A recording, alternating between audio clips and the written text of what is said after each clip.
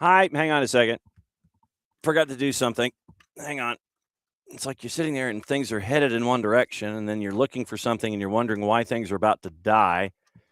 And then you remember that you forgot to plug things in. There you go. Okay.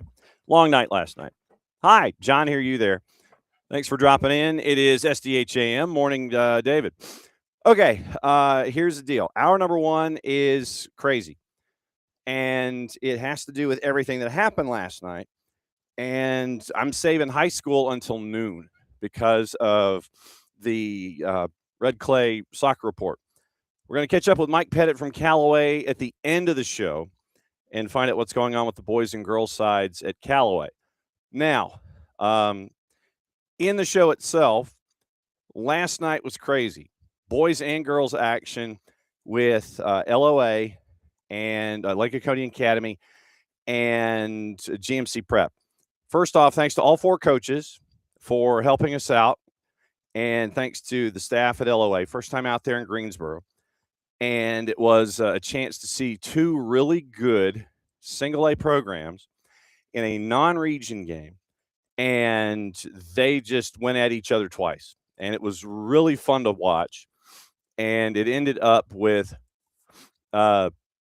games going absolutely down to the wire. So the boys' match was the nightcap.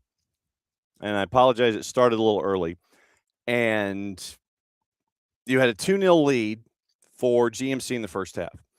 Then Leo Inestrosa, who, if you haven't heard of him, probably because he's a single-A based soccer player, flying below the radar, one of the most entertaining players in the state.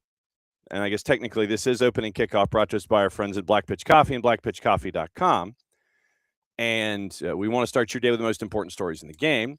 Right way to start your morning is blackpitchcoffee.com, part of the SDH community, showing up at events all over Atlanta. Try their home blend, and made with beans from Brazil and Guatemala, heavy-bodied, notes of walnut, semi-sweet chocolate, and a rich world-class finish. Opening kickoff powered by Black Pitch Coffee and blackpitchcoffee.com. Okay. It is Leo Inestrosa, single-A talent across the board. One of the most entertaining players in the state. Tyler Mayer teased as much when he's been on the show with us before. And it was Inestrosa and a couple of moments of magic that tied it at 2 in the second half. First half was all GMC on the board. Second half, it goes first 2 on the board to Lake Acadian Academy, tied at 2. Then GMC scores to make it 3-2. Then Inestrosa scores again to make it 3-3. They go to PKs. They go to the 9th frame. And that doesn't even begin to explain it. Because you had LOA score in the first, GMC scored in the first 2 frames. LOA missed. Then LOA misses in the next, then GMC misses next 2 frames. LOA makes. We go to the 5th. They both convert. So they're 3 of 5. They go all the way to the 9th frame before you end up with a winner. Crazy, stupid, silly, unbelievable stuff last night in Greensboro, and we can't thank everybody there in Greensboro for being the great hosts that they were. It was really cool to be out there last night, and so then, we'll keep an eye on things there, and we'll let you know what's going on in single A, but that is just part of it. And it's going to be part of Red Clay. That's going to happen at noon today. And we're going to catch up with Mike Pettit, the boys and girls coach at Callaway. We'll have highlights from those matches from last night. And we'll let you know what else is going on. Big news today with our friends from Georgia Student Finance Authority. Very cool stuff there as well. We'll get into that here a little bit. We'll get into it more in Red Clay at noon. Next up for us in high school soccer, presented by our friends at Kaiser Permanente, Friday, Dalton and Cedartown. First time we've ever been to Doc Ayers. It'll be great to see everybody out there. So That's Red Clay at noon, and that was your tease, and that's opening kickoff, brought to us by our friends at Black Pitch Coffee, blackpitchcoffee.com. Starting your day with the most important stories in the game, the right way to start your morning. Part of the SDH community, showing up at events all over Atlanta. Try their home blend made with beans from Brazil and Guatemala, heavy-bodied with notes of walnut and semi-sweet chocolate. Rich world-class finish, opening kickoff, brought to us by our friends at Black Pitch Coffee and blackpitchcoffee.com. Okay, hour 2 is all Major League Soccer. Dylan Butler and Kacey D are going to join us in hour number 2. Hour number 1, to get us to hour number 2, is all the comps from yesterday. CONCACAF, which was CONCACAF-y. AFCON, which kind of went CONCACAF-y. We've got to walk through that just on a decision alone.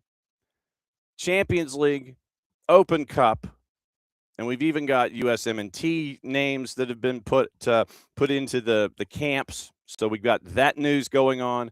Enzo Fernandez is on the block, but not unless Bowley, Clear Lake, and Chelsea get like $9 gazillion.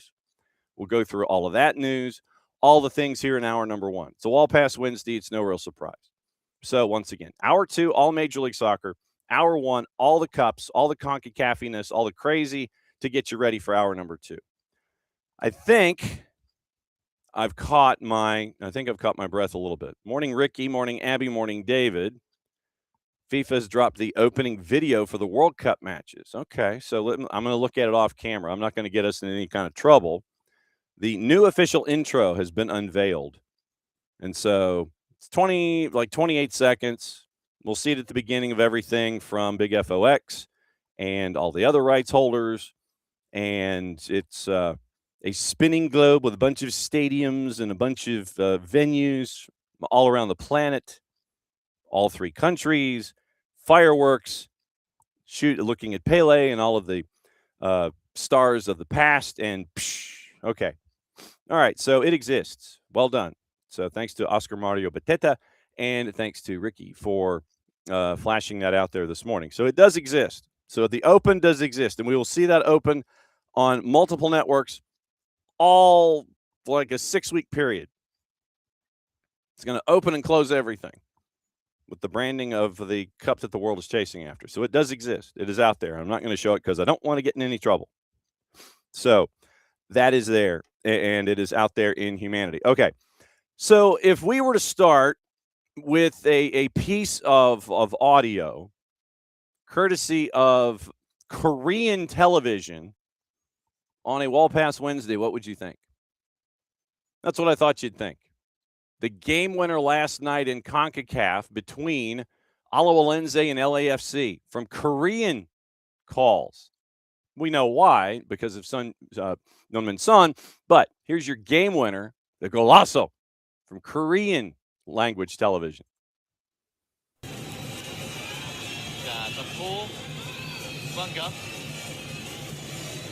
대가도 마르텐스 들어갑니다. 자, 마르텐스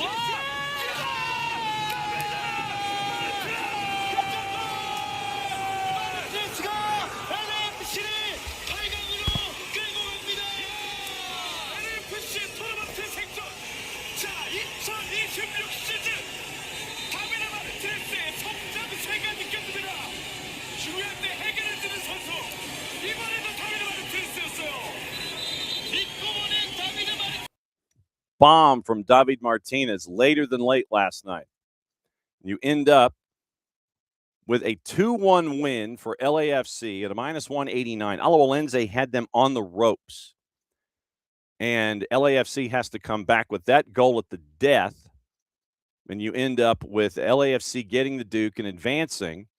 So first leg 1-1, aggregate 3-2 in through 2 legs. LAFC moves on. Then Cruz Azul and Monterrey was a late night because the rest of the planet still hasn't sprung forward yet. It was an 11 o'clock start. And so late last night, Cruz Azul and Monterrey had a staring contest, 1-1 final, 4-3 in the aggregate. Cruz Azul moves on. And so we now know those two. By the way, the 90-minute draw was a +320. Tonight, to give you an idea, starting off at 7 o'clock, it's 7, 9, and 2 at 11, because of course it is. So goalless in the first leg in Nashville at Geodis. They go down to Fort Lauderdale. Messi and friends in Nashville Messi and Friends are a minus 149. Draws a plus 333. Nashville SC is a plus 350. And this is the match, not the legs. Club America and Philadelphia Union is at 9 o'clock. Club America did what they need to get done just on a basic level. Got the one goal, got out of Dodge. Favored in a minus 189. Draw, once again, a plus 333. And I think the juice boxers are getting kind of lazy because you're seeing kind of some of the same numbers, at least to start a week, like plus 154. That pops up, and it's always there. So you're seeing kind of the same numbers, at least early on in the discussion. They do change a little bit, but you're getting a little repetitious here, boys. Got to kind of work out your composites a little better. Draws a plus 333, and the Union are a plus 475 because, well, frankly, they're not scoring goals. Two matches at 11 o'clock. Toluca down a goal, 3-2 to San Diego FC. Toluca favored to win the leg at a minus 312. Draws a plus 525, and San Diego FC to win at the Estadio Nemesio Diaz is a plus 850. And then you have a Seattle hosting Vancouver, and this one is in Tacoma. Or it's in Spokane. Sorry, it's in Spokane, and Seattle is a 3-0 lead going into the second leg. Vancouver's got some work to do. Seattle favored to win this one, and obviously the two legs. Seattle right now at a plus 154, draws a plus 229, and Vancouver is a plus 175. So looking at those matchups and the winners, yeah, I know, Ricky, yeah, that's the thing, is like if they were that invested, if the Korean broadcast crew was that invested on a David Martinez strike, you wonder what it would be like with Yeonmin Son. But they advance, and so right now, what you're looking at is the beginnings of Toluca and San Diego FC. Winner of that one gets the winner of Mount Pleasant and LAG. Looking like it's LAG. What do we say about LAG's bracket? SoCali Classico coming up around the corner if San Diego can hang on. And that's the upper left section of the bracket to get to the round of 8. Cruz Azul and Monterrey with the winner there. And so now you know that it's going to be Cruz Azul and LAFC low left. That's going to be the next round out of that bracket. Winner of Seattle and Vancouver gets the winner of Tigres and FC Cincinnati. That one is tomorrow. That's the last one in the barn. And Cincinnati, finding wins and goals that they're not finding in Major League Soccer, have a 3-0 advantage heading to Tigres. Tigres, obviously, right now favored minus 217. Can they hang on? That's the larger question. So Cincinnati leading, going to Tigres. Winner of Tigres and FC Cincinnati gets the winner of Seattle and Vancouver, low right. Then it is winner of Messi and Friends in Nashville gets the winner of Club America and Philly. That's upper right. So you could have, if things work their way forward, Messi and Friends taking on Club America upper right to get to the Final Four and get into the semis of the CONCACAF Hemispheric Extravaganza. You could have, if Cincinnati hangs on, a matchup, say, with Seattle, low right. Then, once again, you've got LAFC, who made their way through, taking on another Liga MX Mexican Grande. So that will be intriguing on its own. And then, once again, we're waiting for the one in the upper left. But we've talked about LAG's bracket the entire time. Visa issues have also contributed to it. But I give Mount Pleasant a boatload of credit for hanging on as long as they have in this tie. So we tip our hat to you collectively, Mount Pleasant, for what you've been able to do so far. And I know that things got out of hand late. So, once again, we tip our hat to you, Mount Pleasant, for what you've been able to do and getting into this situation. But once again, first leg, LAG, 3-0 on Mount Pleasant.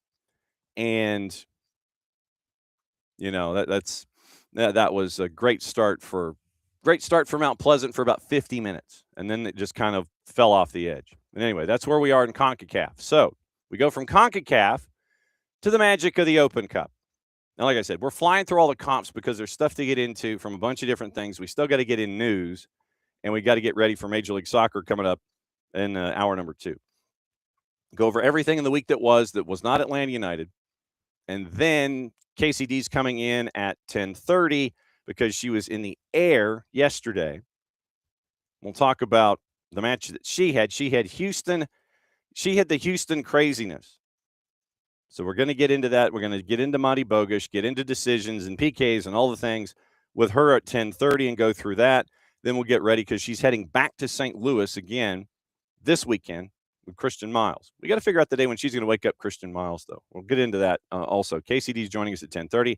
Dylan Butler joining us at 10 to talk about the rest of everything, plus probably some CONCACAF. Now, in the Open Cup yesterday, we always thrive and strive for the chaos of the Open Cup. We want the cup sets. We want all the crazy. And we kind of got it yesterday, at least early on. So I'm guessing that if today was what yesterday was, today might be the crazy. Here was the crazy from yesterday, courtesy of our friends at the U.S. Open Cup and our friends at CBS Golazo Network. And a whistle.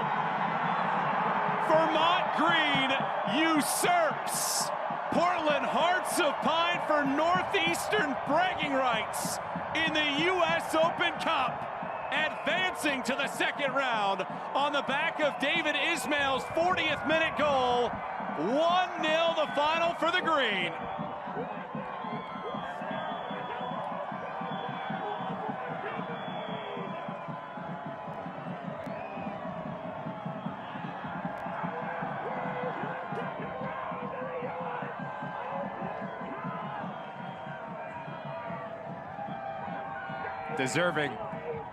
Deserving Vermont Green to advance into the next round. Coming into this game, one full squad of training. Did not know what it was going to look like on the ball. They were bold, they were courageous, and off the ball, they rolled their sleeves up and they dug deep. They grinded out that goal, they grinded out this result, and they survive and advance in this historic tournament. They do exactly that. Vermont Green, we talked about it with Kaylor Hodges yesterday from the USL show. If you were napping on Vermont Green, that was a mistake. That's kind of why we had it in Picks of the Week for soccer over there. And I had 90-minute draw, but Vermont Green won outright. Win for Vermont Green at a USL League 2, and they were the champs last season, beating Ballard in the final. So they were the ones that get the crazy at a plus 185. They were a decided underdog. Portland Hearts of Pine at a USL League 1 was a plus 110. The one goal made the difference. And so Vermont Green advances. The other's not really surprising. Richmond over Northern Virginia. Rhode Island took care of CD Fialense at a minus 5,000. Loudoun United went to Westchester United, got the win on the road. Detroit City, after a slow start, 5-1 over Michigan Rangers. Indy 11 in an indoor facility took on Des Moines Menace, a rather plain Des Moines Menace squad. Indoors because I think it was like 19 degrees or something. So they played it indoors. Outdoors, I think it was 32 with a wind chill of 19. You look at Greg Rakestraw, our friend from Indy 11, the play-by-play voice of a lot of Indiana soccer. Greg was calling the match indoors, as were Watson Kerr. 3-0 Indy 11 over Des Moines Menace. Colorado Springs over Azteca 3-0. And the League of Clubs, 3-iron, 4-iron, 5-iron Azteca, gets shut out. And then Phoenix Rising at 34th and Washington last night beat San Ramon. Final there was 4-0. So we only had really the one shock of shocks, if you want to call Vermont Green shock of shocks. Today, you have 3, 6, 9, 12, 14 matches. And this is, and David, I'll answer your question in a second. I'll get through the matchups for today. And we'll get into the reason why Spokane in a second for Seattle and the Triple C. Starts at 6. Warm up early. Chattanooga FC and our friends from Kalanji Pro Profile from the UPSL. Chattanooga favored at a minus 167. Kalanji's a plus 290. Charleston taking on the Florida Badgers. Charleston Battery and Florida Badgers. This is the part of the year where you're sitting there and you're going, who in the blankety blank are the Florida Badgers? They made their way in. They're a UPSL club out of Boynton Beach, Florida. And so the Florida Badgers out of the Florida South, and by the way, their logo is pretty sweet, under Jerome Joseph, they are taking on, they're in the same region in the UPSL as the Florida Soccer Soldiers. But the Florida Badgers have made it in out of the UPSL, and they're going to Charleston to take on the Battery tonight. Obviously, a decided underdog at a plus 1,500. Asheville City and Greenville. This is one to keep an eye on also at 6:30. Asheville City, once again, we know them from the NPSL. Scott Wells, we know their squad. Scott has now gone from Gardner Webb to Liberty to be the head coach. Greenville Triumph at a plus 100, traveling to Asheville and Greenwood Field on the campus of North Carolina, Asheville. Circle that one. So literally you're going to have things fired up early on because you'll have Chattanooga Kalanji Pro Profile at 6. Charleston, Florida Badgers. How long will the Badgers be engaged before Charleston, who's a minus 1,000, puts the pedal down and sprints off into the sunset? Asheville City and Greenville. First off, NPSL versus League One. Second, area rivalry. Supremacy in the whole thing. Like Vermont Green and P-Hop last night. So that's at 6:30. 7 o'clock, FC Motown, who is a perpetual troublemaker in Open Cup. They are hosting Hartford Athletic at a minus 196. Motown's a plus 359. Lou City and Southern Indiana. Lou City, big favorite. We got news that we didn't talk about yesterday involving Lou City. FC Naples and Red Force. FC Naples obviously favored at a minus 769. Little Rock and FC Tulsa. This one should be fun. Little Rock hosting, and they're a dog at a plus 380. FC Tulsa's a minus 213. BOHFS St. Louis against Union Omaha. And what in the wide world of sports is a BOFHS St. Louis? Let's find out together. Semi-pro soccer club playing in the Midwest Premier League. And believe it or not, their hashtag is up the BOHFS. I can't think of an acronym off the top of my head. Sponsor on the front of the jersey is the Urban Chestnut Brewing Company. And our friends at CA are the ones that make their jerseys. The same ones that do the Tongan national team jerseys, the outfit based in Utah that we had the discussion with about the head of the company being on the bench during qualifiers in the Oceania region. That outfitter. They outfit BOHFS. And you can actually get some shopping done. So BOHFS, and I'd love to know what the acronym stands for. Okay, so about. BOHFS St. Louis. That's all they refer to themselves as. Come on, y'all. There's got to be a name that's attached to the whole thing. Scarves are pretty sweet. Don't get me wrong. Epic Insurance Brokerage is a new partner with them, by the way.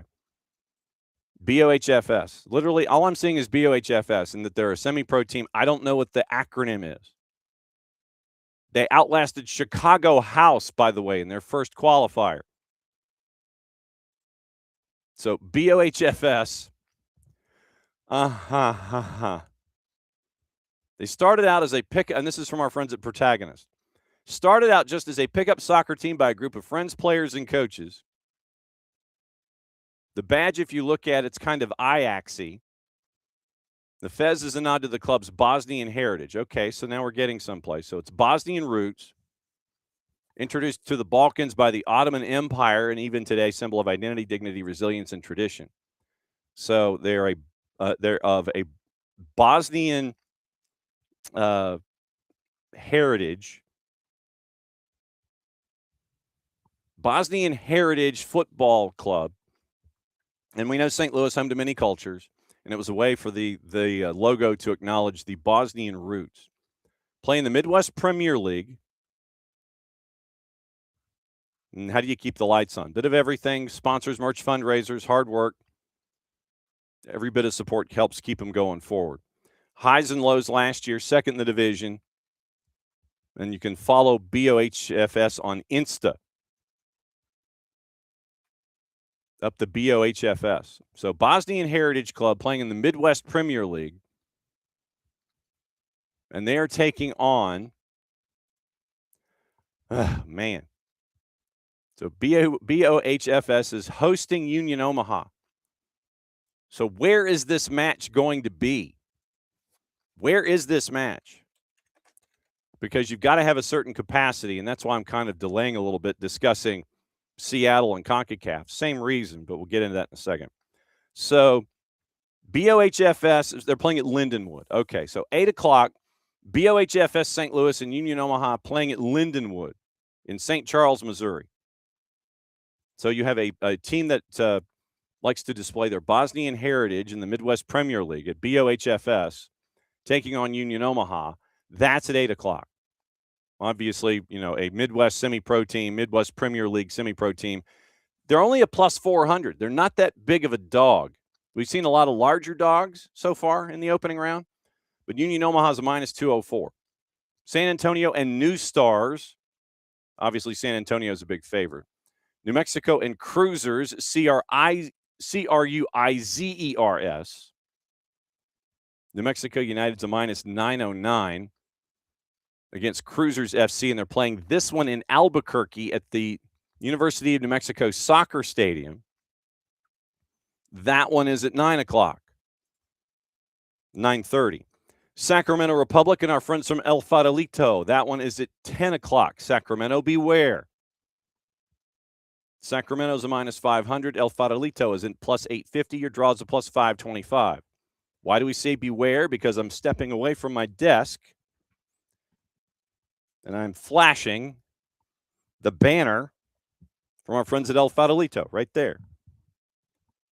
We have El Farolito banners here in the office. And I've got to make sure that stays plugged in, or I've got to get a new cable or a new headset, one of the two. That didn't sound good. But anyway, El Farolito, they are, Lindenwood University. Thank you, David. You're faster on the draw than I am. Okay, so that one is out there.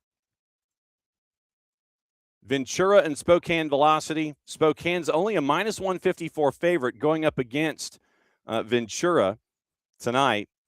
And it's Ventura County Fusion and Spokane Velocity at Ventura College. Once again, that's a 10:30. You have AV Alta and Valley 559 playing at Lancaster Municipal Stadium in Lancaster.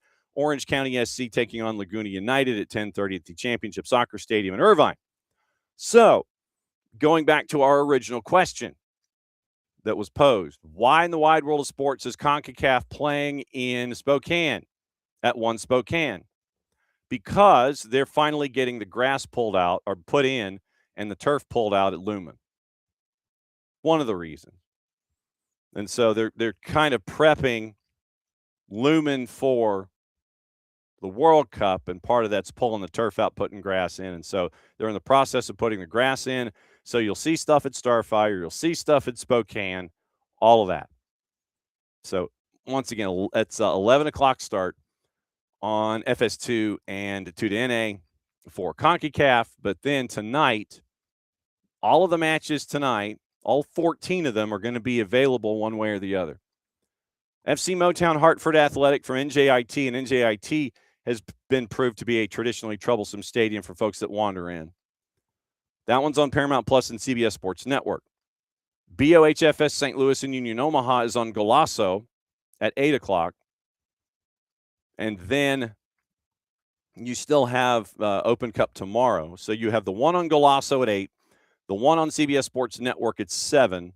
Everything else is available on YouTube. So those are the Open Cup matchups. AV Alta favored at home. Orange County SC favored big at home. Ventura County Fusion, slight underdog. Well, I mean, slight in the comparison sense. Plus 275. Spokane Velocity on the road is a minus 154. Beware El Farolito, people. I will not tarnish El Farolito talk. We will not tarnish them. Sacramento, be warned. El Fadelito is here. Of course, now that I say that, it might be into like being a 3-0 or a 4-0 or something like that. So that's Open Cup tonight. Starts at 6, goes all night. Make sure that you've got your clicker handy. There's going to be some fun ones, especially early, to get you ready for Open Cup. Now, Champions League yesterday. You had one of the more history-making events happen in Champions League. And if you're a fan of Bodo Glimt, I would probably cover my ears for the next couple of minutes. Bodo Glimt had a 3-0 lead going in. They did not advance to the next round. Sporting, after getting a PK with about 13 to go, converted the PK, tied things at 3, went to extra time, and then Sporting scored 2 in extra time to win 5-3 in the second leg, and a 3-0 in the 5-0 in the second leg, 5-3 aggregate. So Sporting comes back from 3-0 down, scores 5 yesterday. They advance 5-3. They're taking on Arsenal in the next round.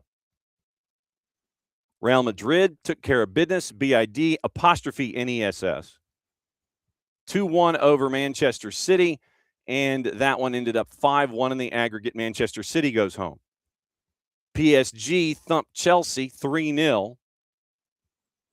8-2 in the aggregate. The only shining example for the Premier League came from Arsenal, who won 2-0 at home against Bayer Leverkusen. They advanced, winning 3-1 in the 2 legs. Chelsea out. Manchester City out. Cinderella gone. Bodo Glimt. So Arsenal moves on. PSG moves on. Real Madrid moves on. Sporting moves on. We'll probably talk more about it with our buddy Nino Torres tomorrow. Today, Bayern Munich favored at a minus 256 after winning 6-1 in the first leg. Atalanta's a plus 600.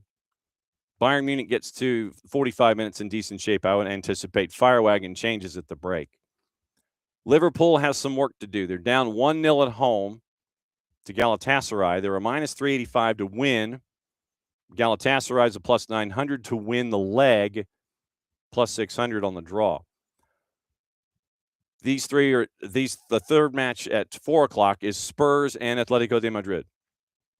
First leg result, Antonin Kinski, the 17-minute disaster by Igor Tudor, then pulled for Vicario, which sent the locker room further away. 5-2 in the first leg. Second leg at the billion-dollar stadium that still didn't have a sponsor.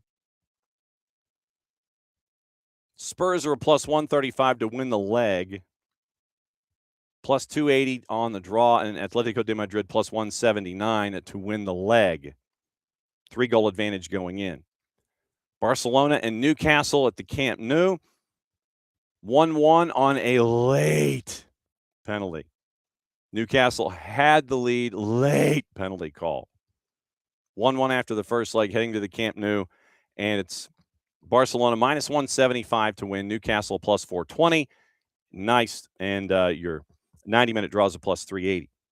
So you've got that going on in Champions League today. So all the comps are going today. All of the comps, they're all going. This is a day literally where you better make sure that you have everything, that all your batteries are good to go, that you know that your remote can work, all the things. All of the things are going on today, and it starts in the afternoon. Watford, by the way, beat Wrexham 3-1. And they are still now in the 6th spot, meaning Wrexham, but they're only 3 points clear of not being in the promotion playoff at the 6th. So you have that to think about as well today. There's a lot going on. Like, seriously, it starts like when we sign off after red clay at 1 o'clock. Then you got to get ready for Champions League. Then when Champions League is over, then you're going into Open Cup. When Open Cup is going on, you've got CONCACAF going on. You've got the 14 Open Cup matches and the 4 CONCACAF matches going on at the same time. So Champions League just kind of whets your palate today. Whets your palate to get into Open Cup and getting into CONCACAF and moving forward and all this kind of stuff. So that's what you've got going into today when it comes to all of your cup stuff. Literally, that's your cup stuff. And then we go to AFCON.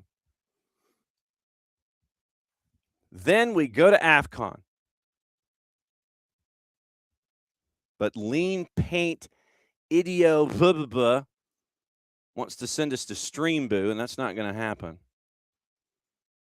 So we always try to sit there and make instantaneous work of the bots when we see them, especially when we're in the home studio. So it is a bot. It is a bot, and it is a viewer participation bot or a viewer solicitation bot. If I could spell solicitation without inserting things into it. I have the fattest fingers on the planet. Okay, viewer solicitation bot. Report submitted. And Lean Paint, whatever the rest of your handle is, you're in trouble. Ricky with the breaking news out of Foxborough. The select board in Foxborough grants the license for the 7 FIFA World Cup games to be held at Gillette. So the financing is okie dokie with the city of Foxborough. Board's granting the license to the events. So Foxborough is in. $8 million figured out. Now, AFCON yesterday. Morocco, and this is from Ed, we'll use Ed Aarons at The Guardian. We'll use his version. Morocco has been declared winners 3-0 after the appeal is upheld. Senegal players walked off the pitch late. So let's recap this whole thing. So Morocco has now been awarded a 3-0 win in the AFCON final. Senegal has been stripped of the title. AFCON announced that the appeal board had decided that Senegal are, quote, declared to have forfeited the final back in January after their head coach, Pape Thiaw, and some of the players left the pitch for 15 minutes in protest after Morocco had been awarded a penalty. They eventually return. Sadio Mane, you remember Sadio Mane didn't leave the pitch with the group. He implored his teammates to come back. Brahim Diaz, subsequent spot kicking saved. Final goes into extra time. Papa Gay scored the winning goal. And so with all of that chaos that got you into 90 minutes, literally that got you into 90 minutes. That wasn't just like, you know, that wasn't just something that happened and you're going, yeah, maybe. But no, it legitimately happened. And so you have that event go down, but it gets better. At an initial disciplinary hearing, CAF imposed fines of more than $1 million and bans for Senegal and Morocco players and officials, but left the result untouched. In a statement, CAF confirmed Senegal had been stripped of the title. Maybe you lost sound? I hope not. That would be bad. I'm jamming things in here because I know that my headset's kind of goofy this morning. I hope not. Hang on. Let me. What is this with me and buttons? Legitimately. Hang on just a second. Now you're freaking me out. All right. Hang on. So don't freak me out, David. Okay. No, I've got sound. Okay. So I was just playing sound just a second ago. Okay. Okay. Thank you, Coco. Good morning. All right. So continuing. In a statement, CAF confirms Senegal had been stripped of the title. The CAF appeal board decided that in application of Article 84 of the regulations of the Africa Cup of Nations, the Senegal national team is declared to have forfeited the final match of the African Cup of Nations, Morocco 2025, with the result of the match being recorded as a 3-0 in favor of the Fédération Royale Marocaine de Football. It is declared that the Fédération Sénégalaise de Football, through the conduct of its team, infringed Article 82 of the regulations of the Africa Cup of Nations. Senegal has already appealed, by the way. That's from our buddy Ben Jacobs this morning. So Ben Jacobs, official on his 280-character app, Senegal had confirmed that they will appeal to CAS. So next up goes to CAS on the Court of Arbitration for Sport. So Senegal confirmed before we came on the air this morning that they were appealing to CAS. Moussa Niakate, who played in the final, appeared to hit out at CAF's decision. Come and get them. The Lyon defender wrote on his Instagram account with a picture of him holding the AFCON trophy. They are crazy. Moroccan Federation said in a statement, the Federation wishes to recall that its approach has never been intended to challenge the sporting performance of the teams participating in this competition, but solely to request the application of the competition's regulations. Federation reaffirms its commitment to respecting the rules, ensuring clarity in the competitive framework, and maintaining stability within the African competitions. So, CAF awards the championship to Morocco now, pulling it away from Senegal. Patrice Motsepe, the president of CAF, has been accused of allowing Morocco to dictate its law. Senegal said they would appeal, obviously. Senegalese government called for an independent investigation into what it described as suspected corruption within CAF. Augustine Senghor, FSF president and member of CAF's executive committee, expects the court to overturn what he described as the dangerous precedent, in quotes. If this isn't Wall Pass Wednesday, I don't know what it is, to award Morocco a 3-0 win in the final. FSF is understood to be confident on the grounds that Article 5.2 in IFAB's laws of the game states that the decisions of the referee are final regarding the result of the match. Tuesday's decision to hand victory to Morocco after some of the Senegalese players left the pitch for 15 minutes was made by CAF's appeal board. Guardian with Aarons et al. Revealed that Senghor, the chair of CAF's legal affairs department, sent a text to Motsepe on Tuesday just before the decision was made in public, alleging the ruling had been taken during, quote, a secret meeting in Cairo. Senegalese government makes a statement.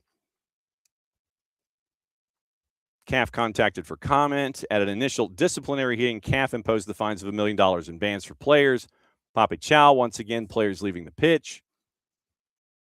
Mane and several of his Senegal teammates criticized the decision, with the former Liverpool forward writing on Instagram, "What happened has gone too far. This is not the football we fight for, not the Africa we believe in.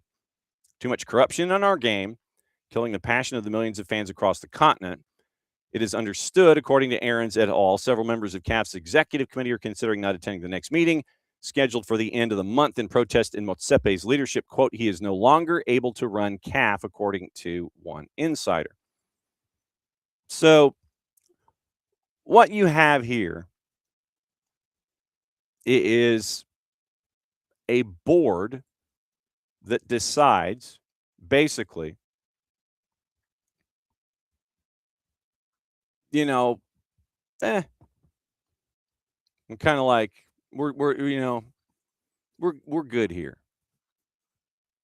You just decide to change a result,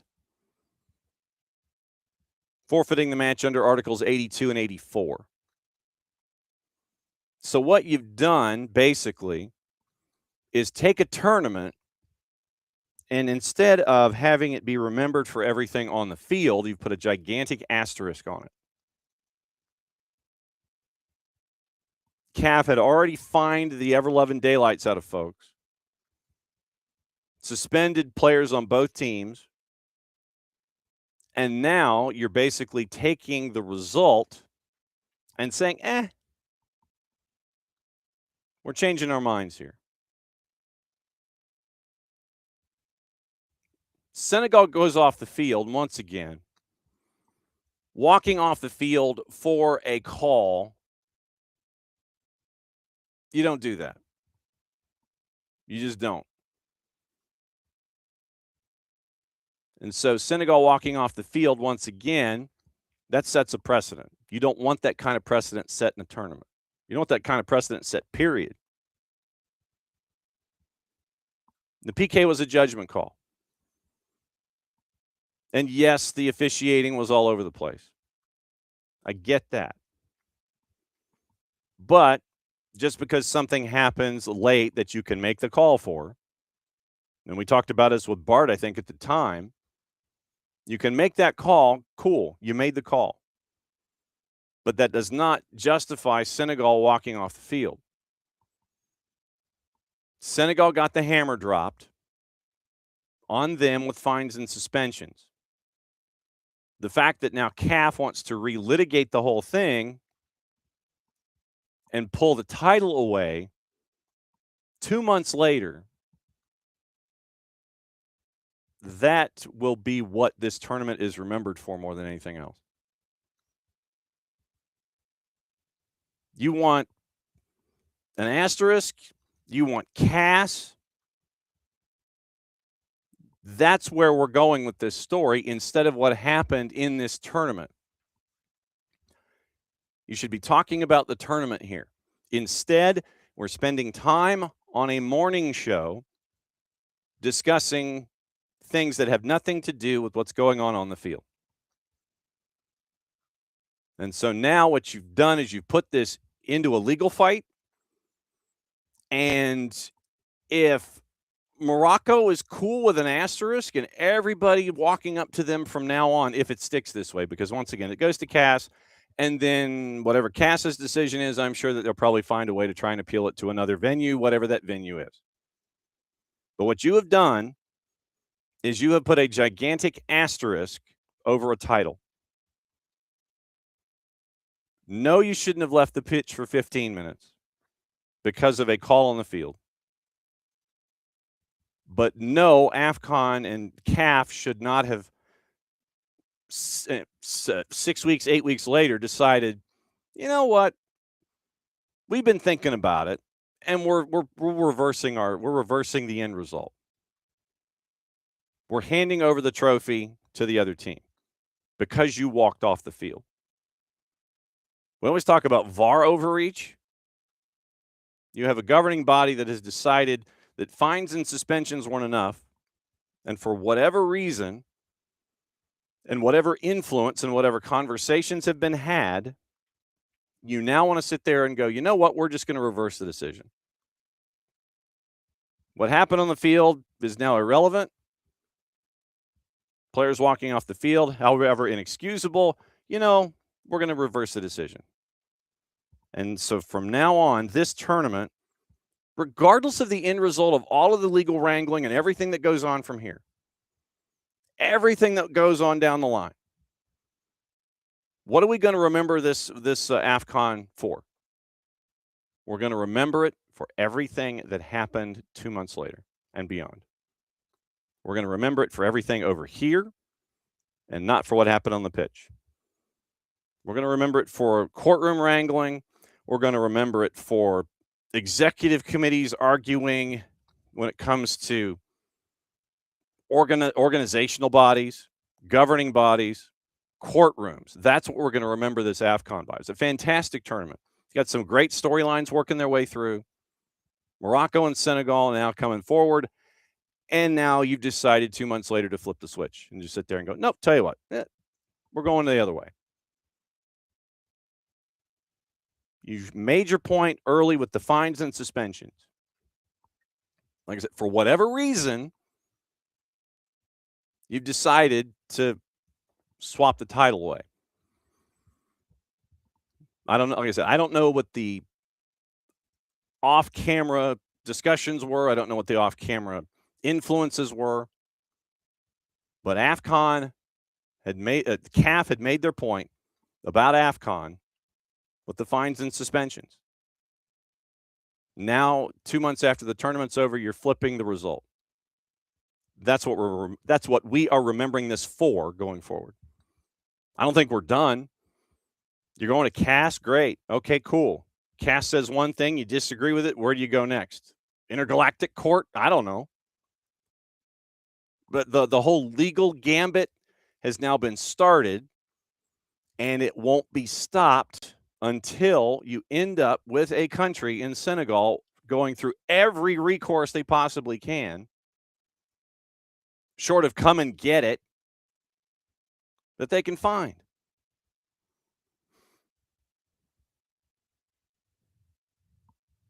And Abby, I know that we were talking about what rules 82 and 84. Walking off during chaos. Senegal forfeits the match under 82 and 84. But to retroactively 2 months later sit there and think about if you wanted to do something like this, go into immediate executive session and do it like the next day. Like, okay, all of this is off the charts. Go into secret special executive session after the match is over. Like, go into a hotel conference room in Rabat, Morocco, and have all of the cameras outside the hotel and Dr. Motsepe and everybody else wandering into this hotel lobby. You go into a conference room, decide it then. Don't wait 2 months. If you wanted to go down the line and say they violated Articles 82 and 84, whereas Senegal has come back and said that the decisions of the referee are final, I think 5.2, I forget where it was when we were going over Cuppy. Senegal, hang on, dictate law. Article 5.2, IFAB laws of the game states that the decisions of the referee are final regarding the result of a match. So Article 5.2 versus Articles 82 and 84. Basically, this is the decision-making that you're getting into. And, I mean, that's the thing, And Coco's like, if the rule was that important to be abided by, CAF should have dealt with it during the 15-minute break. You got all this chaos going on the field. Coco makes a point. Deal with 82 and 84, and then deal with Articles 82 and 84 then. If you're that mad about it, like I said, if the match ends and CAF is that mad about it at the time, then do the walk with the cameras. Do the walk into the and the refs. I don't think the refs are going to be anywhere close to doing anything in CAF that important ever again. We'll keep an eye on those names, though. But if you were that hot, if CAF was that mad about violations of Articles 82 and 84, everybody stream to the CAF hotel after the match is over, call a press conference, say, hey, we're going to this hotel, like after the match is over, and you have the dais with all the sponsors and everything. If you're that hot about it, go to the post-game press conference room. Dr. Motsepe walks in, sits down. We have issues. We're going back to the CAF hotel. The executive committee is going into executive session. We're going to discuss it there. We apologize for what happened. We're going to discuss it then and there. That should have been done that night. Maybe the next morning. Bring in coffee and pizza. I don't care. If you're that hot about it, do it then. Don't wait 2 months. It took you 2 months to sit there and figure out, okay, we got issues. We got an issue here. They violated 82 and 84. Whereas Senegal comes back with 5.2. 3 IFAB rules are in play here. And so it's Articles 82 and 84 versus Article 5.2. All right, now, laws of the game. Single pages. I just want to see it. I don't want to download it. Fine, I'll download it, whatever. Okay, so laws of the game. We are in IFAB's laws of the game. I never thought I would do this. Double pages, blah, blah, blah. Laws of the game, 5.2. Law 1 talks about everything that's going on the field, your specs. Okay. So 5.2, decisions of the referee. Decisions will be made to the best of the referee's ability according to the laws of the game and the spirit of the game, and will be based on the opinion of the referee, who has the discretion to take appropriate action within the framework of the laws of the game.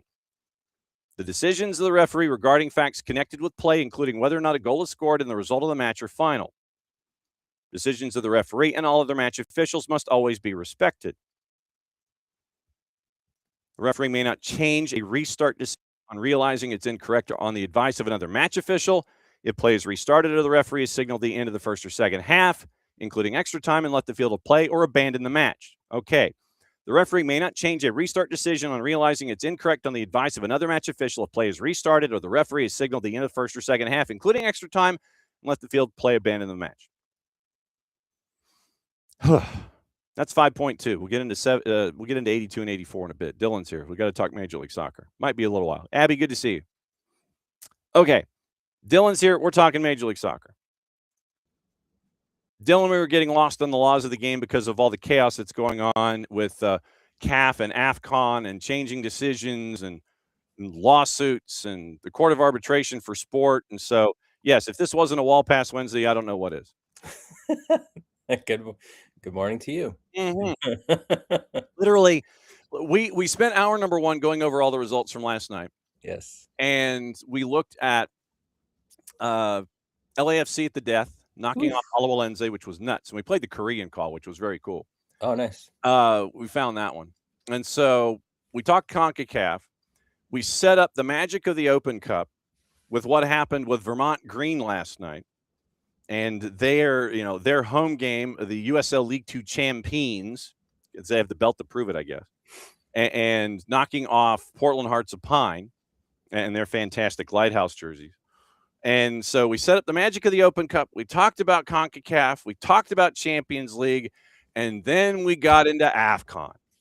And everything came to a screeching halt because CAF decides that they're going to, 2 months after the fact, we're going to reverse a decision. It's a 3-0 forfeit. Players left the field for 15 minutes. And that's a boo-boo. And so now 2 months after the AFCON final, the championship, which was in Morocco, is now heading to Morocco. So you want to talk asterisks with like Bonds and Maguire and Sosa? You got that kind of an asterisk now dealing with AFCON, Morocco, and Senegal with the CAF final that we had 2 months ago. And that's literally, it was laws of the game that we were looking at because they were saying that they'd violated 2 in the 80s. Senegal's like, well, we're looking at 5.2. And so I was reading 5.2 as you came in this morning. And so that's where we've bookmarked CAF and AFCON and chaos and changing of titles and appeals to the Court of Arbitration for Sport. Good morning. I mean, it all does sound like some 1980s wrestling kind of storyline. It did. Yeah, it did. It's like it was a pin. No, but it wasn't. Like, we looked back. Okay, here it is. I've maintained that Maven won the Royal Rumble the year it was in Atlanta because he was never tossed over the top rope. See? He eliminated Undertaker, but Undertaker dragged him out from underneath the top rope, took him up to the club level, sent him into a popcorn machine. Maven was never eliminated. So now, all these years later, we've got to go back and revisit that. We have to replay the Royal Rumble from that moment of Undertaker dragging Maven from out of the ring and start it from there. That's what we have to do. Yeah. I don't know where that falls into IFAB's laws of the game, but that was the first 6.3. I think it might be that literally was the first thing that popped into my head. It wasn't quite, you had the double elimination where feet hit the floor in the Rumble at the same time, those kinds of things. But, but like leaving the ring and not coming back, that to me is what Maven and the Royal Rumble popped into my head. Anyway, were you on the desk for CONCACAF yesterday? I was not, but I am tonight. Ah, okay. Yeah. Big night. Lots of big drama. Big night. Late night. Big And night. a big night. So when you look at, and so we'll start there since you're on the desk, and we kind of blew through the games that are happening tonight to determine who might be advancing and going forward. But you've got Messi and Friends is the early. Nashville and their social media were quite happy. It's like Nashville holds Inter Miami scoreless after last time out. And so I don't quite necessarily think that's going to happen with Messi and Friends down in Fort Lauderdale. I don't think it'll happen with either team. I think we'll have goals. Oh, yeah? Okay. And you figure that the pink team is probably going to have it done at a -149 before the night's over? I think they will. Yeah. Yeah. I mean, look, there's great like I being in this business of ours, I root for storylines. Mm-hmm. And I think there's great storylines in either case, right? It's Miami who is chasing this trophy, the only trophy that has eluded them so far. Mm-hmm. And then you've got Nashville who are just so tired of losing to Miami. So something's got to give here tonight. And something's got to give tonight at the Nassau Coliseum. At the War Memorial. And then you have, the winner taking on Club America, right? Mm-hmm. Likely. So like what I'll tell you this. I mean, like we saw it last night with LAFC. Like these quarterfinals now are like really getting kind of spicy, right? Like a little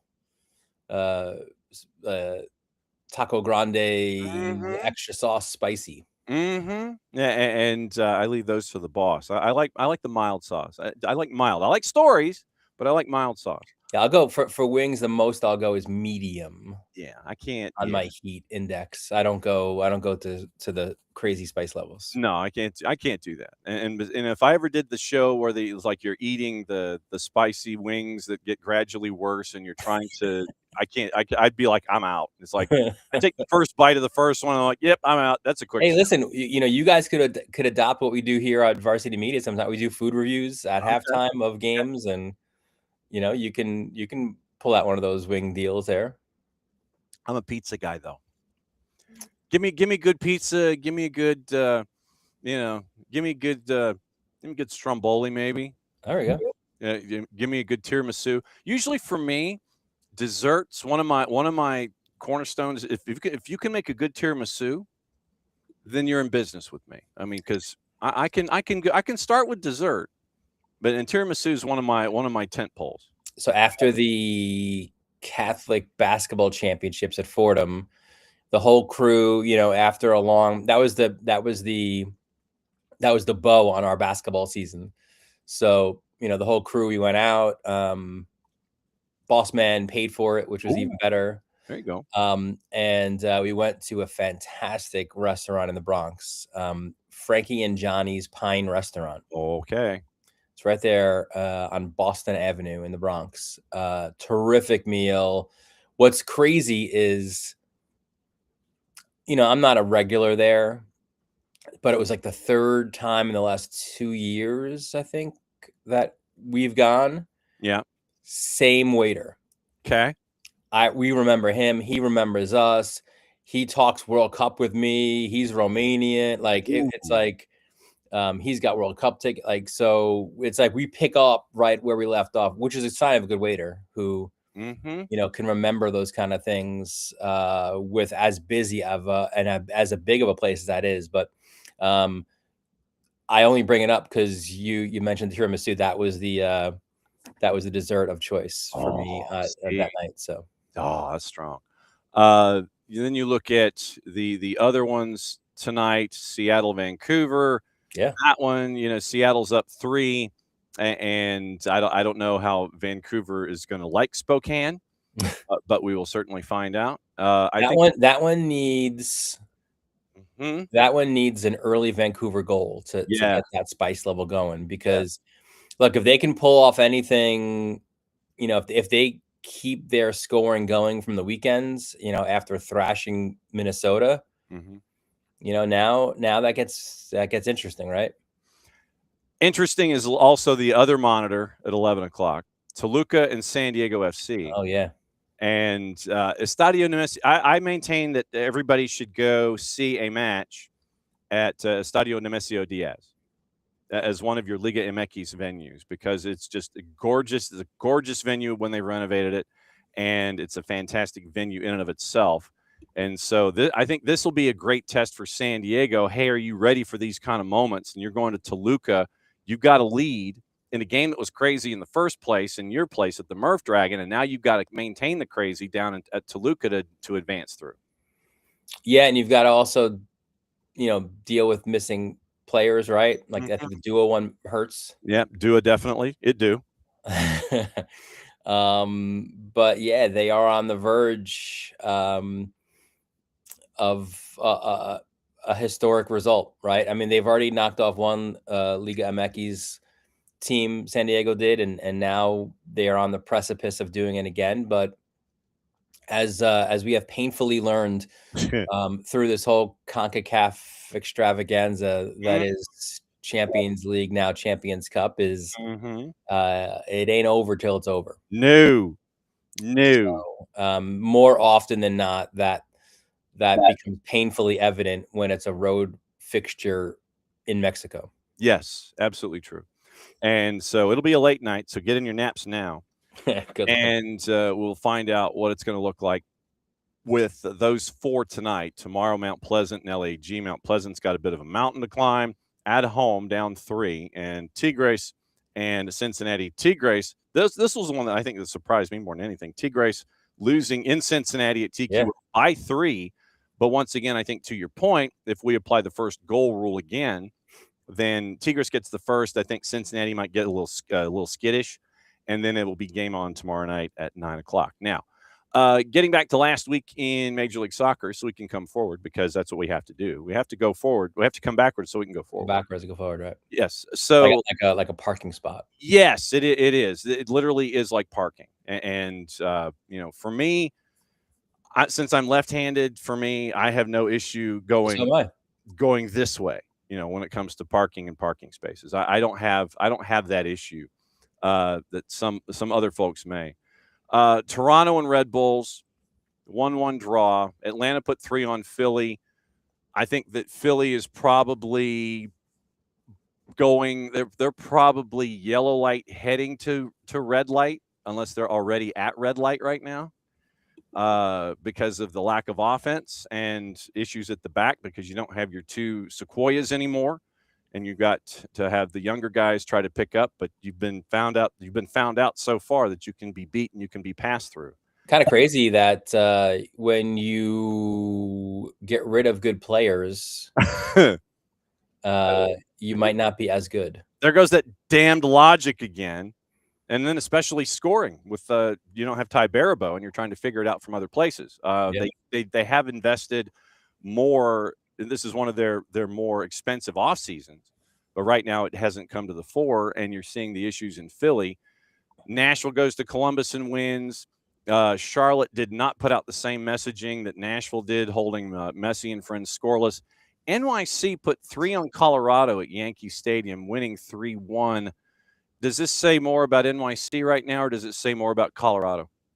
I think we need to be talking about NYC more, right? I think they've kind of under the radar quietly been very, very good, right? Right now, top of the East, tied, I think. Well, I don't know if that late result changed it with Vancouver, but at one point during the weekend, they were tied for the most goals scored as well. I think that the numbers are 10 and 11. I think it's 10 points and 11 goals scored. Okay.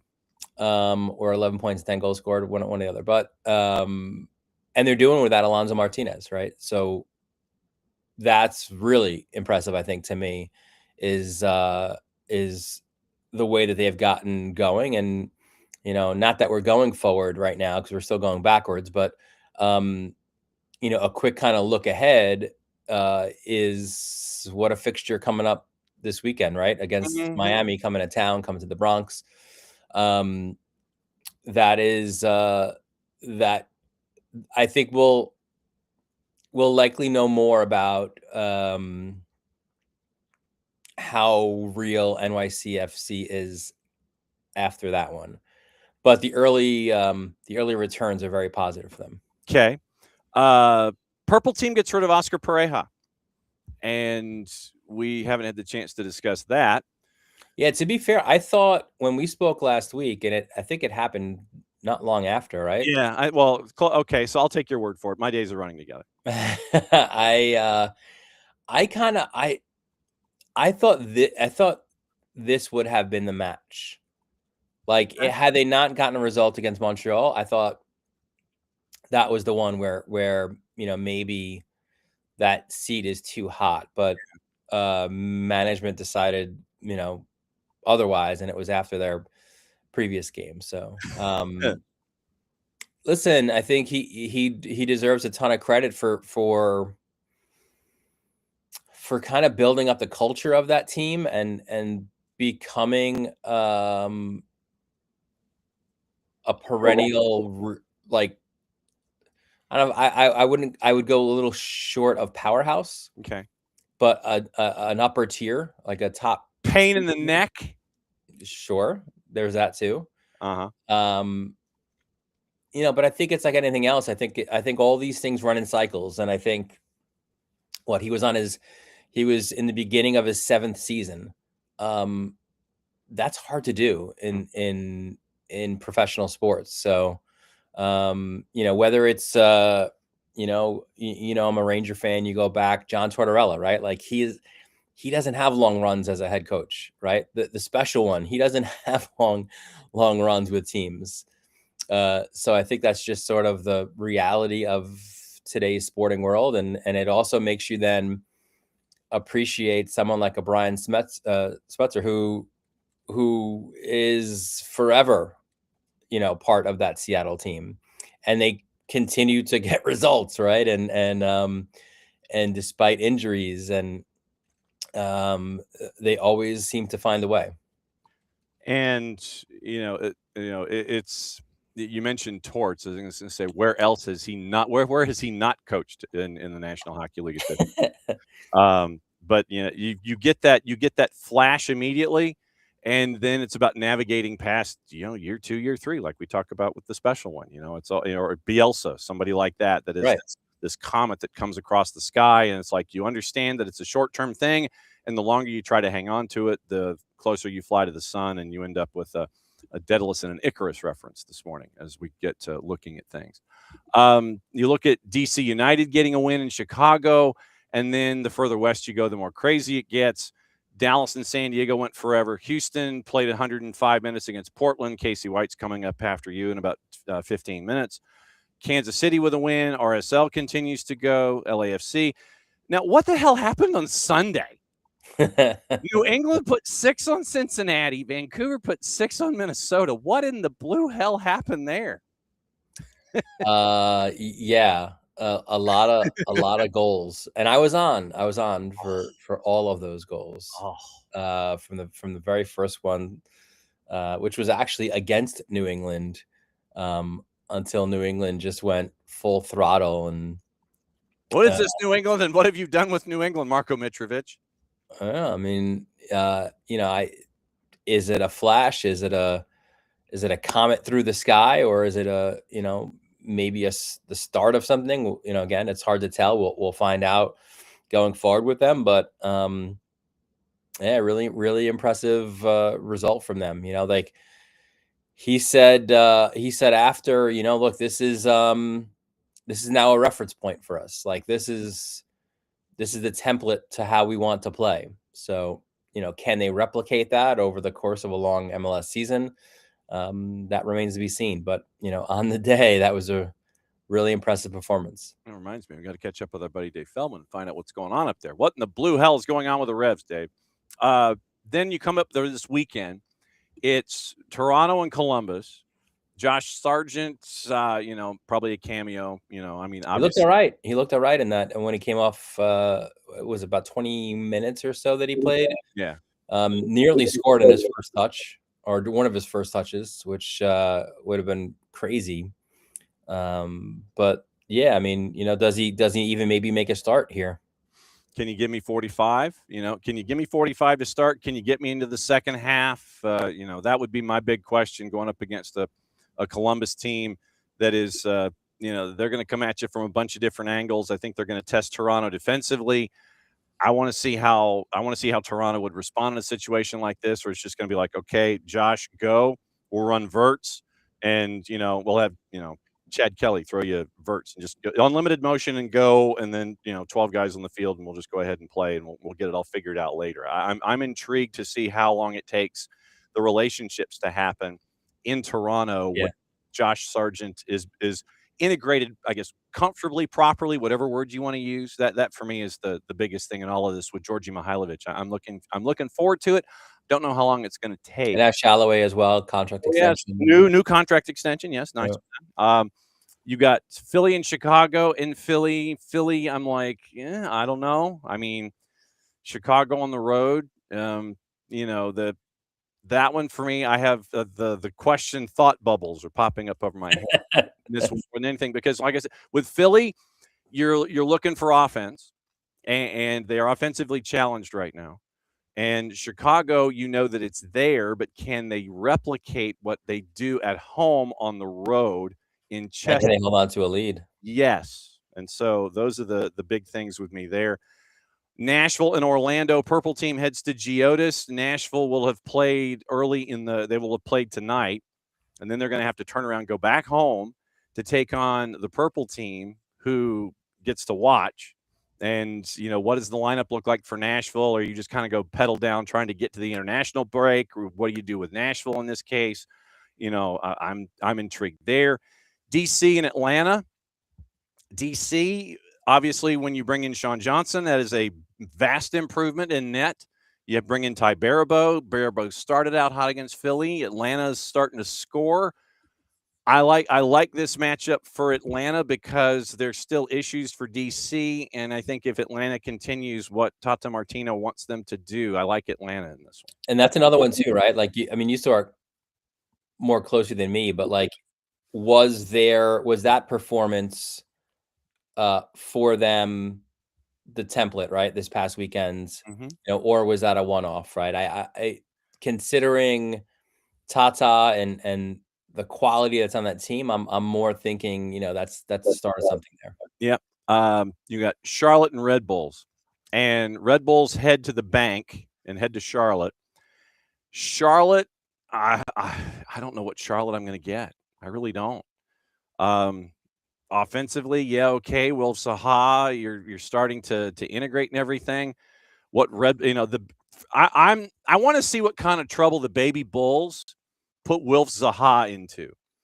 Because and that back line with the Baby Bulls chasing after that back line, okay, hey, Tim Ream, you've lived two lives with more than Julian Hall,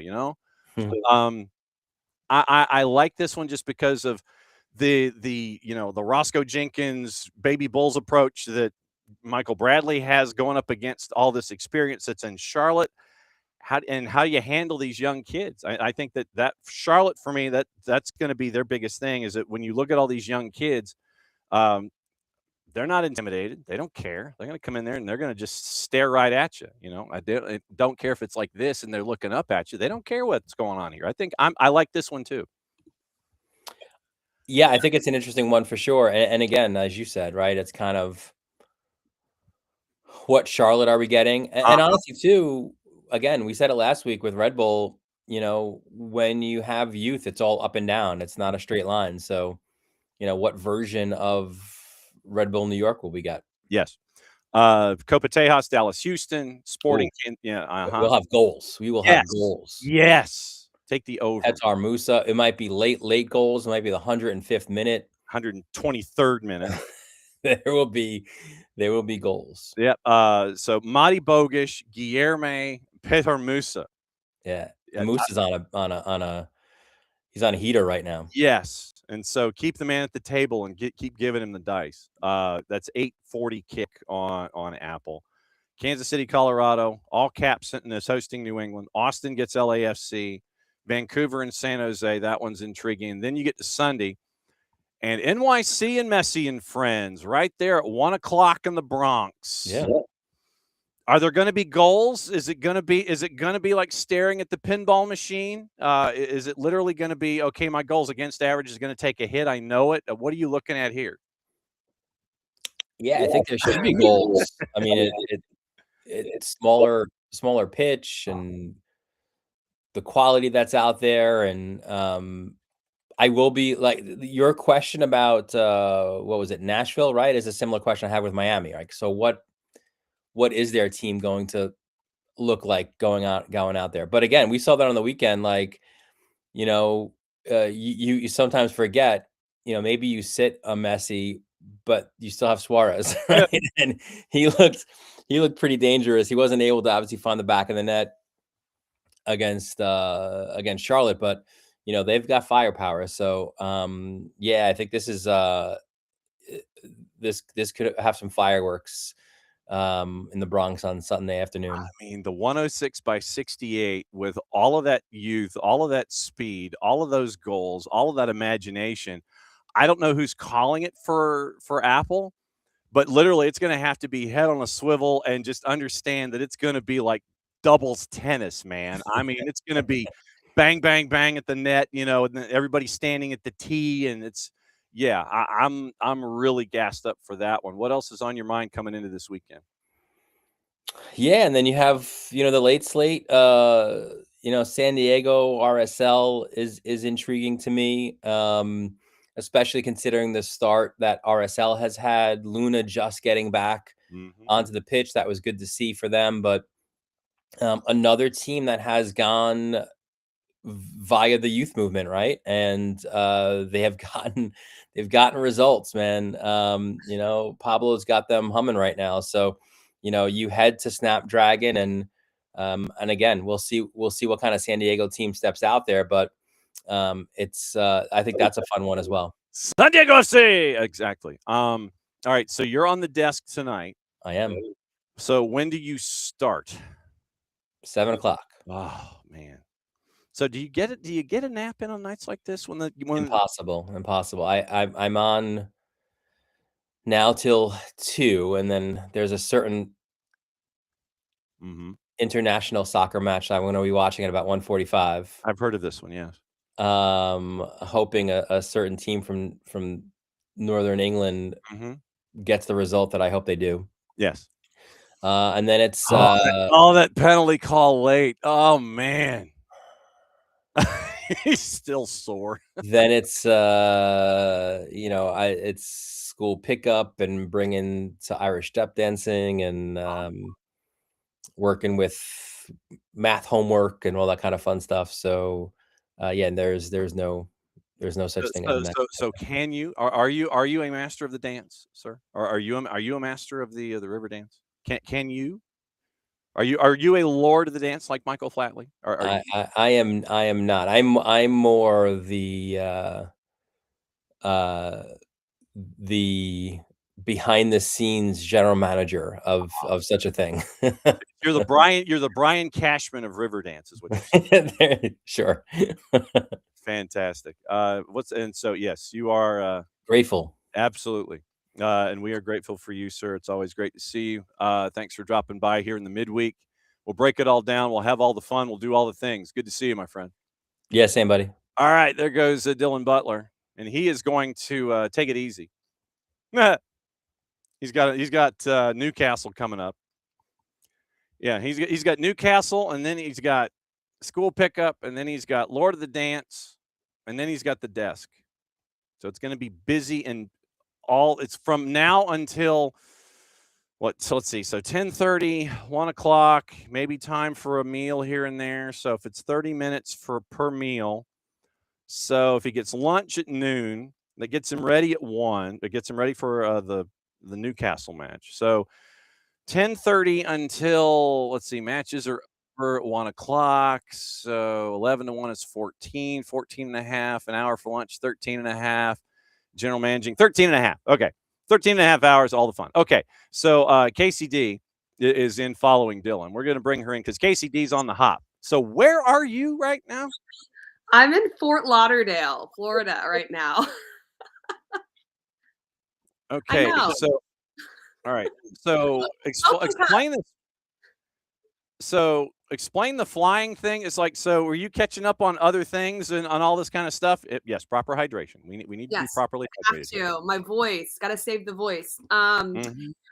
So now I had pretty much 4 straight weeks of Major League Soccer, You and this week's the US Open Cup starts, Mm. and I have always called Open Cup games. So I actually called a game last night. I have 2 tonight. I have 1 tomorrow night, and then I go to St. Louis for MLS. So big week this week for sure.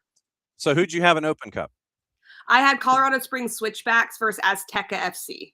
Okay, so yes, the League of Clubs, and we sat there and I made the golfing joke. Okay, so 3-iron, 4-iron, 5-iron, Azteca League of Clubs, and switchbacks. They didn't have much of an issue last night, and so they took care of business. They moved on to the next round. Who you have coming up? I have Charleston tonight, and I have Orange County versus Laguna. So Badgers. Yep. So 2 back-to-back games should be fun.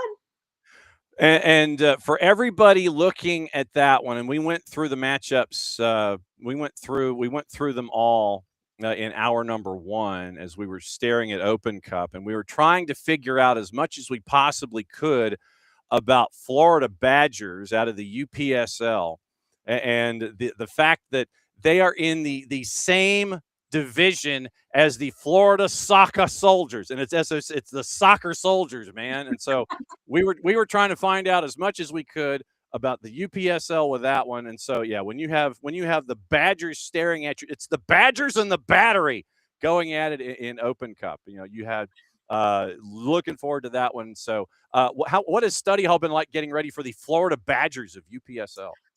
It's extremely hard because we don't get a lot of information in the first rounds. So in some way, it's never made my job easier than call a game that's in front of you because we don't get a lot of information. So, and that's not just with them, just in general in the first round, you have these new teams in with better opportunities to play against top teams. And so we just try to do the best we can with what we have and see what's in front of us, make it exciting. And normally the Open Cup does that for us. So that helps.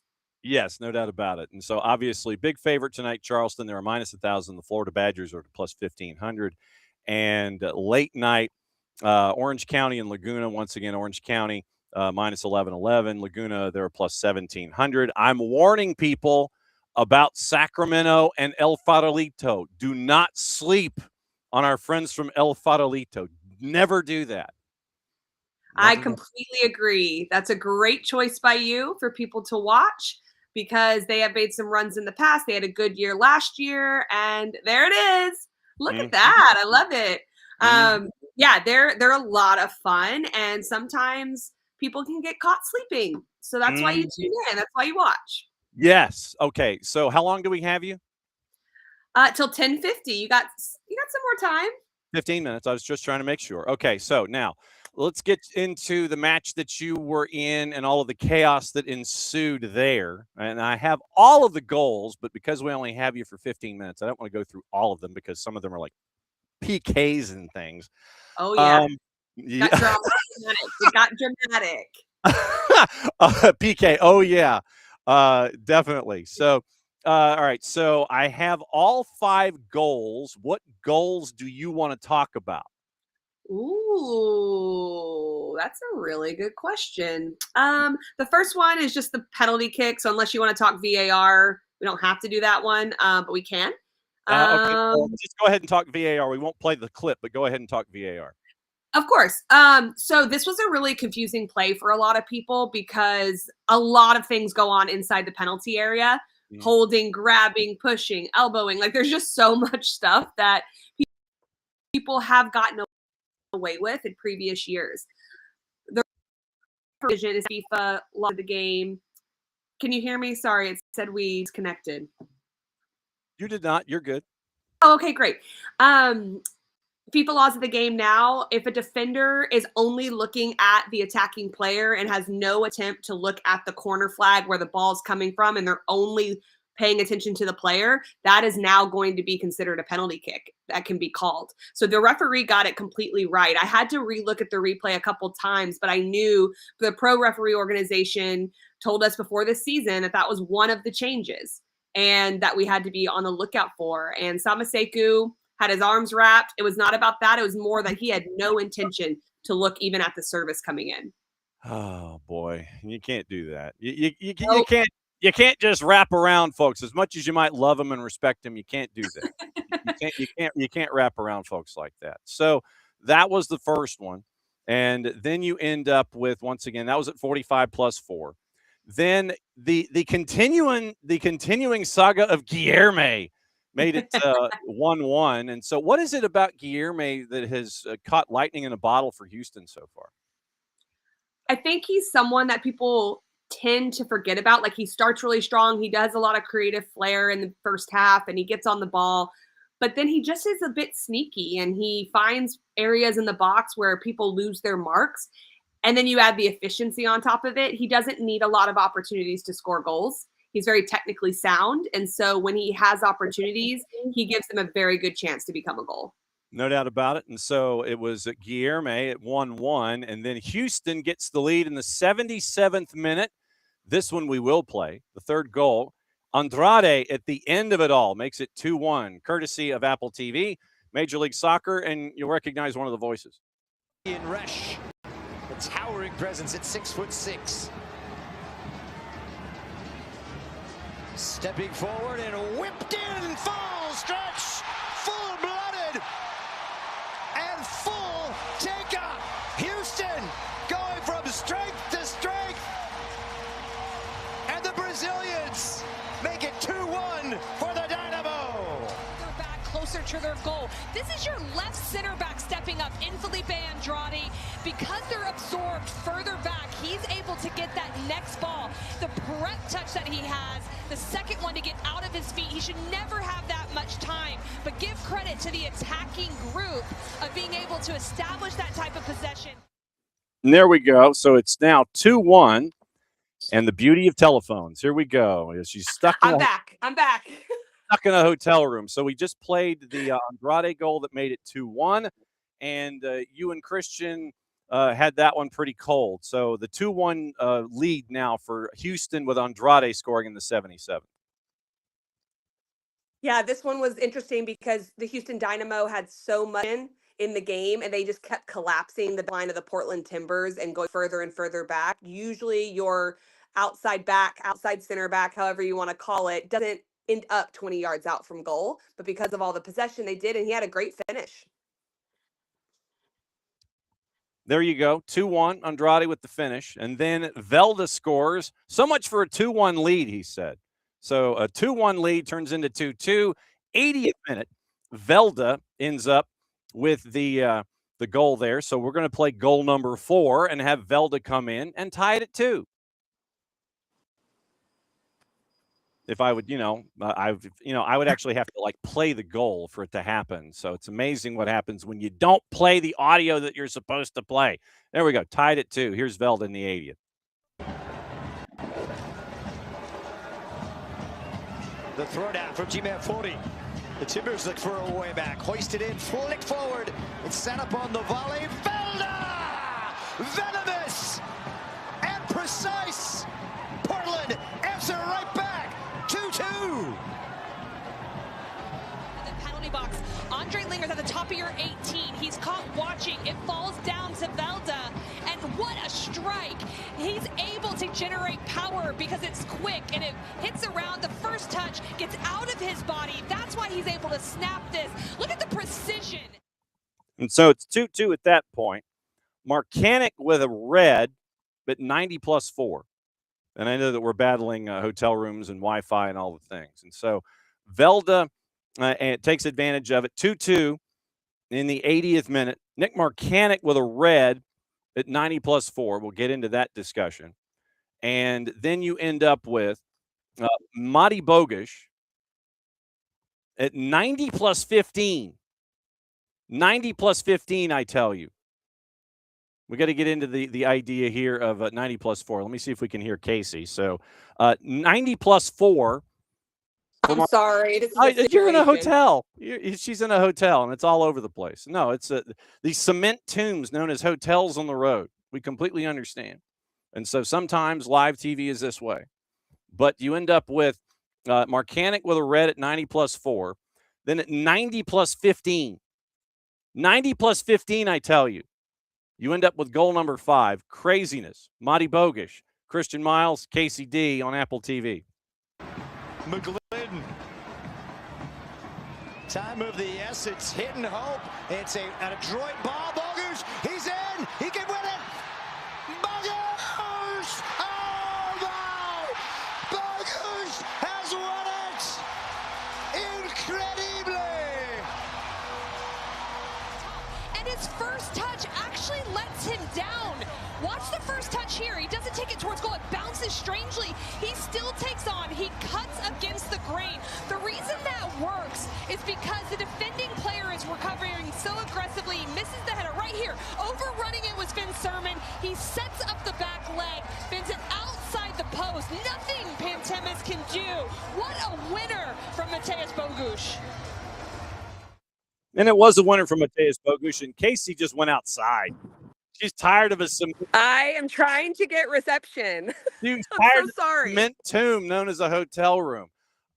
We played the Velda game tire in the 80th, and then Marcanic had a red in the 80 at 90 plus 4.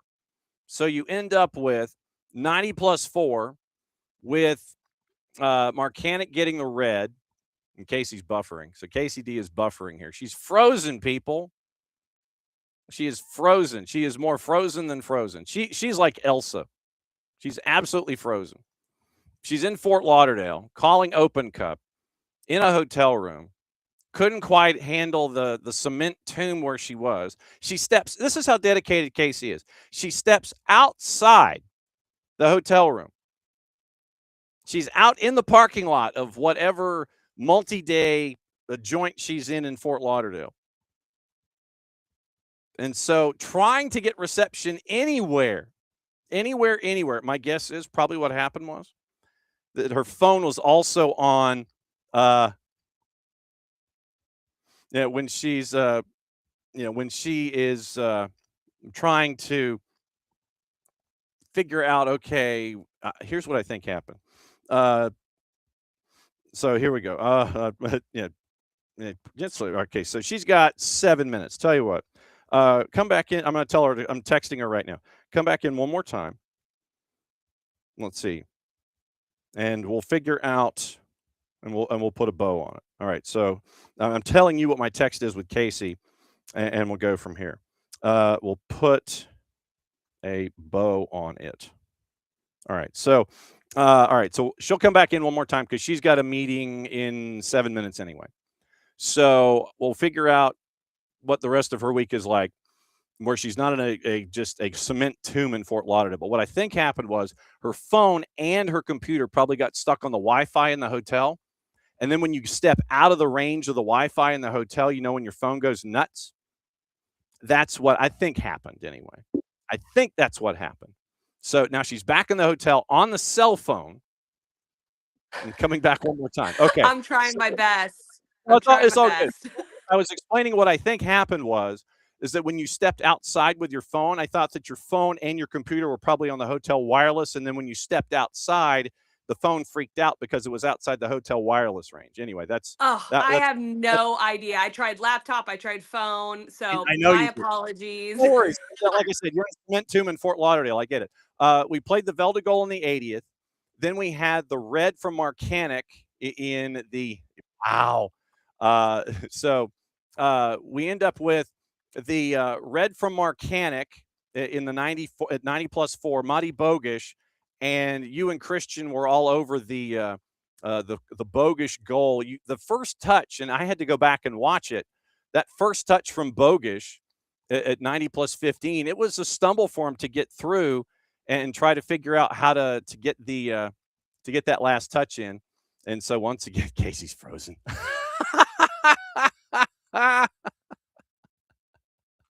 We'll effort to have her back because she gets to talk about St. Louis then too. Oh man, that's hilarious. This is crazy. Problem repeatedly occurred. Yeah, it's a cement tombs. Go to your meeting. We'll catch up. That's great. All right. So anyway, we got through the highlights. We got through the highlights of the Houston match, and that was where Kacey was. She's heading back to St. Louis this week. All right, so we'll figure it out. All right, so this is like I said, I'm texting her at the same time too. Anyway, okay, so cement tombs. She's in a cement tomb in Fort Lauderdale. We got through the Houston match. We'll keep the Houston goals up. We'll get her thoughts on Madi Bogusz at 90 plus 15. And so Houston gets the win 3-2. She's got a meeting in 4 minutes anyway. So we're going to catch up with KCD later in the week. Probably going to try and catch up with Mike Gramajo on Friday to look at everything in Orlando.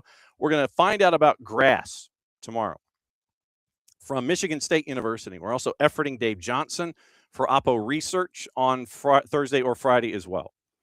So we'll find out what Dave's day is like. We'll figure out Mike Gramajo. We'll figure out Kacey, and we'll figure out grass. So that's the rest of the week. So tomorrow, what we know is that that Nino and Nico is the power hour at 10 o'clock. We will be visited by Michigan State in the 9 o'clock hour. Still trying to figure out where guests can fit and all this kind of stuff. So KCD's calling Open Cup. So if you hear a familiar voice tonight with Badgers and Battery, it's KCD. So she's on that one. And then we'll catch up with her about all the Open Cup. We'll catch up with her about St. Louis, all the things, and it's all good. So anyway, fighting and struggling through cement tombs, it's KCD. Sleeveless Ferret GY. I don't know you, and you're a bot. Account suspended or deactivated? Wow, that wasn't long. Good job. Way to go, Twitch. All right. So KCD got to join us for a little bit anyway from a hotel room in Fort Lauderdale, Florida. We need to remind them not to have rooms that are tombs.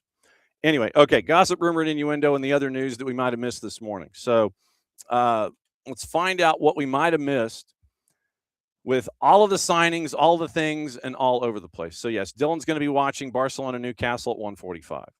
That's going to be out there. Also, so we mentioned AFCON. We went well into AFCON. And once again, our partnership with the Georgia Student Finance Commission. Very, very cool stuff. Statewide impact with gafutures.org. And if you are, and this once again ties to Red Clay, which is coming up at noon. We're catching up with Mike Pettit, boys and girls coach at Callaway. We're going to go over the chaos that happened last night with Lake Oconee Academy and GMC Prep, go through the polls, all the things. And so with our relationship with GA Futures, that's the platform that gets students to help plan and pay for college, prepping for careers after high school. gafutures.org is where you go. You can create an account, explore the possibilities at GA Futures. So players, and this is from our release, partnership centers on one shared belief: players competing on fields across Georgia deserve opportunities beyond the final whistle. And this is where the Georgia Call-Up comes into play. gafutures.org is going to be the presenting sponsor of the Georgia Call-Up. It'll be a recurring feature highlighting high school players across the state deserving recognition and exposure. Georgia Call-Up designed to spotlight standout student athletes, connect them with the next level, reinforcing importance of academic prep alongside athletic success. So, supporting sponsor, they are now a supporting sponsor of our high school broadcast season.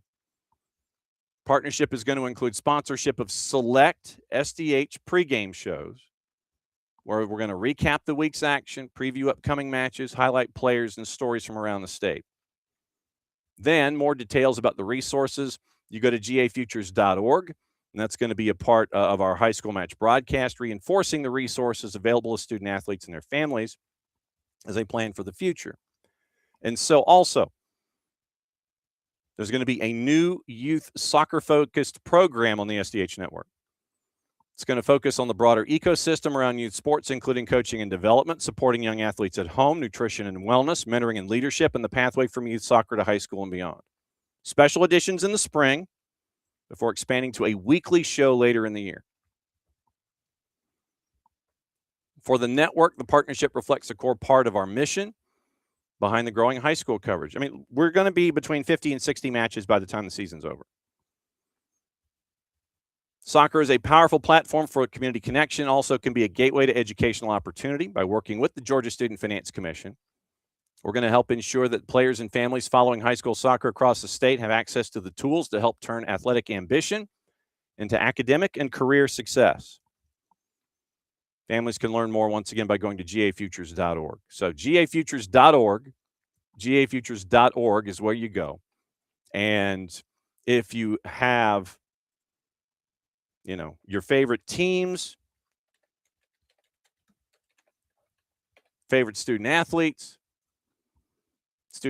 that you think are not getting the coverage or getting the exposure that they deserve for what they're doing on and off the field, that's where the Georgia Call-Up comes into play.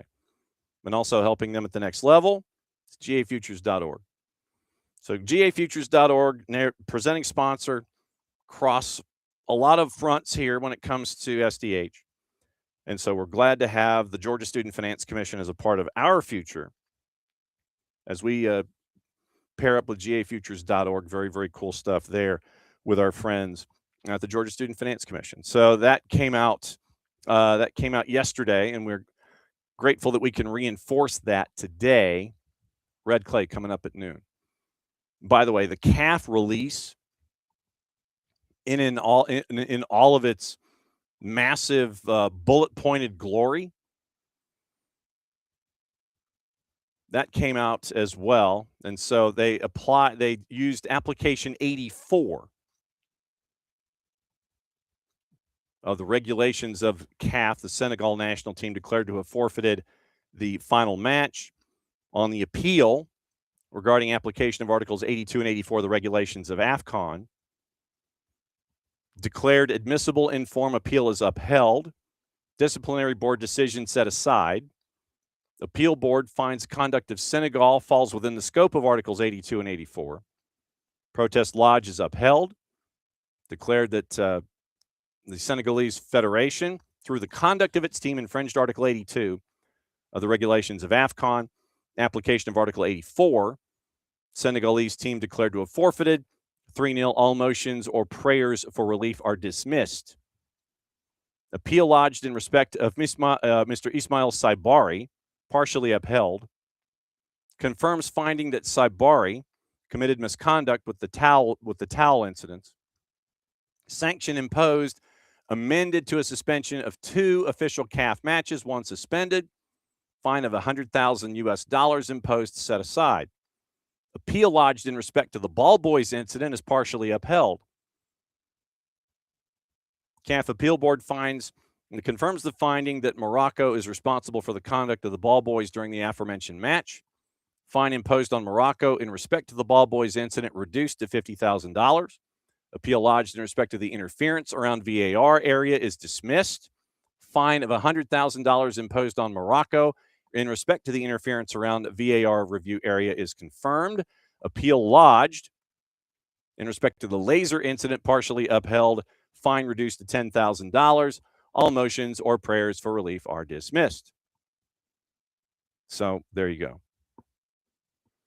That is that's the rundown of everything that's coming out of CAF. So yes, you had a result that was reversed, plus you had some fines and rescissions, and it went all over the place.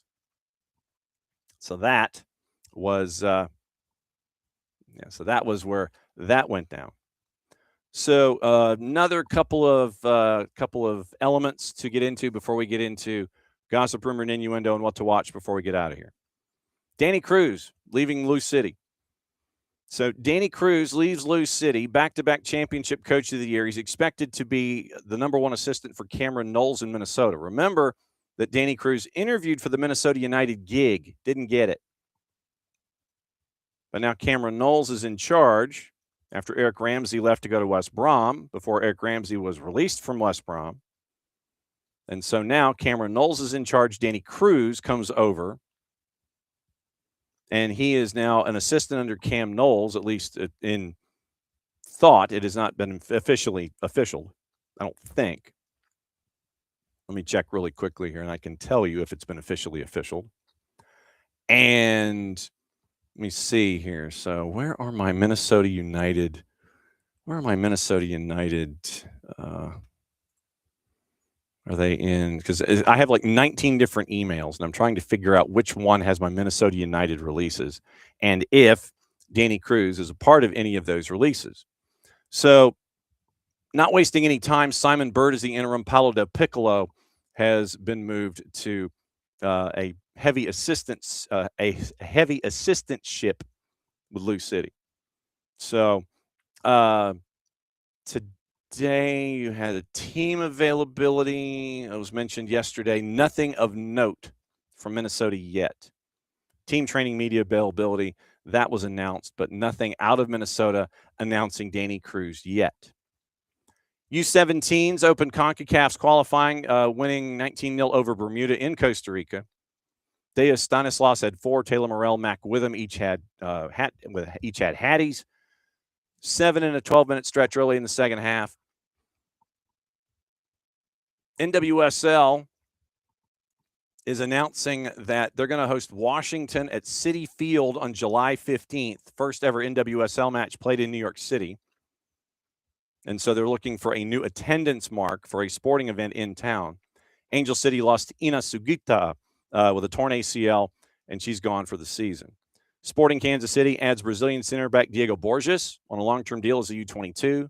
Daniel Shallowy, as we mentioned with Dylan, locked through 2027 with an option beyond that. A couple of other things around. Sergio Romero retires at the age of 39. Finalissima canceled. They're now going to play Guatemala, meaning Argentina, at La Bombonera on March 31st. Newell's loses 5-0 to Lanús. El Gráfico noted Newell's had gone 2,648 matches without conceding 5 goals before the 55th minute, buried at the bottom of the Apertura and the annual standings. So that was what had gone down in the LPF. Now, gossip, rumor, and innuendo. What to watch, where to watch it, how to watch it before we get out of here. And once again, noon is we're going to come back with Red Clay, and we will come back with Red Clay. We'll have highlights from last night. We'll look at your polls. Mike Pettit from Callaway joining us at 1:45, and he'll be closing out the show and we'll get to find out what it's like involving coaching both teams and what the successes are so far, and what it's looking like for them at Callaway on the boys and girls sides of things. Gossip, rumor, and innuendo. Bunch of clubs want Joao Gomes. No surprise. Liverpool, Manchester United interested. Both clubs have reportedly monitored him in recent weeks, looking for midfield reinforcements in the summer. Chelsea and Manchester City also interested. Atletico de Madrid, tabs on Gabriel Martinelli and Gabriel Jesus. From Arsenal, reportedly watching both, looking for potential moves. Also interest from other clubs in Europe and in Saudi Arabia, according to Team Talk. Gunners would be open to parting if their valuations were met. Manchester United set to do everything they can to keep a hold of Bruno Fernandes. That's from the 4-letter paper. Club's hierarchy believed to be adamant in keeping him.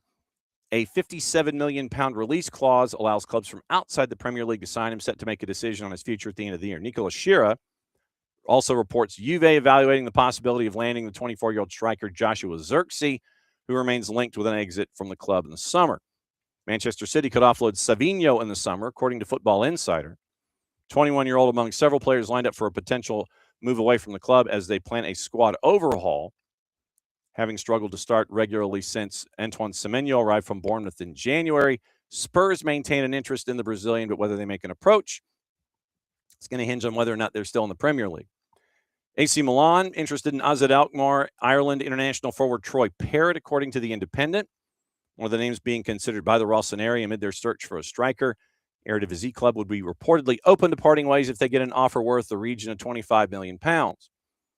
He had the hat trick in the World Cup qualifier against Hungary, 17 direct goal contributions in 22 matches this year.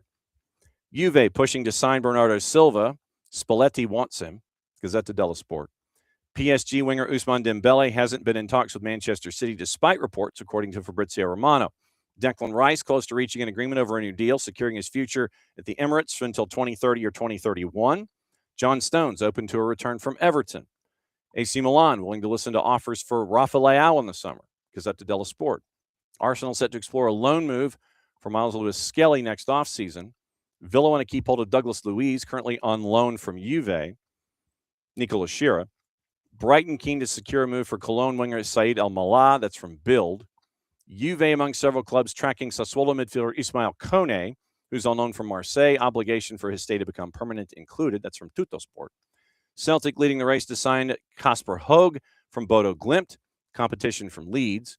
Juve striker Luis Openda, expected to be on the move in the next transfer window, could return to his former club Lens. It's from Calcio Mercato.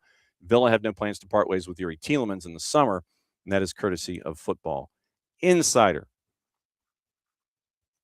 Also, quickly on the board, Kasper Schmeichel thinks his career might be over with a shoulder surgery that's going to need 2 procedures. He said that in an interview on Paramount. And so we'll keep an eye on the future of Kasper Schmeichel. He thinks he might have played his last match. So we'll keep an eye on Kasper Schmeichel and his future. Now, what to watch, where to watch it, how to watch it comes from our friends at Fanatis, fntz.co/soccer down here. That link is important because it helps them, it helps us, and it helps you. Adding more matches to everything you're already watching, you get BN, which means you get AFCON. You get all the BNs, which means you get the French League, the Polish League. You get the Turkish League, Copa Libertadores, Sudamericana. It's all there. You get TAC, which means you get matches from Argentina. You get Tigo Sports. You get CATV, which means you end up with some Central America activity. Paraguay, Uruguay, Divisions A and B. Peru with Liga 1 and Liga 1 Max Pro. So you're getting most of the action going on in South American soccer. More leagues from across South America all in one place. One subscription, one home. Fanatis, fntz.co/soccer down here. And once again, Champions League, CONCACAF, Open Cup. CBS Sports Network, Bayern Munich and Atalanta at 4. FC Motown and Hartford at 7. CONCACAF, the Triple C, the triple header, Miami and Nashville, Club America Philly, Seattle, Vancouver. Toluca and San Diego FC is on at 11 on FS2. The Saudi King Cup is on at 3 if you're interested.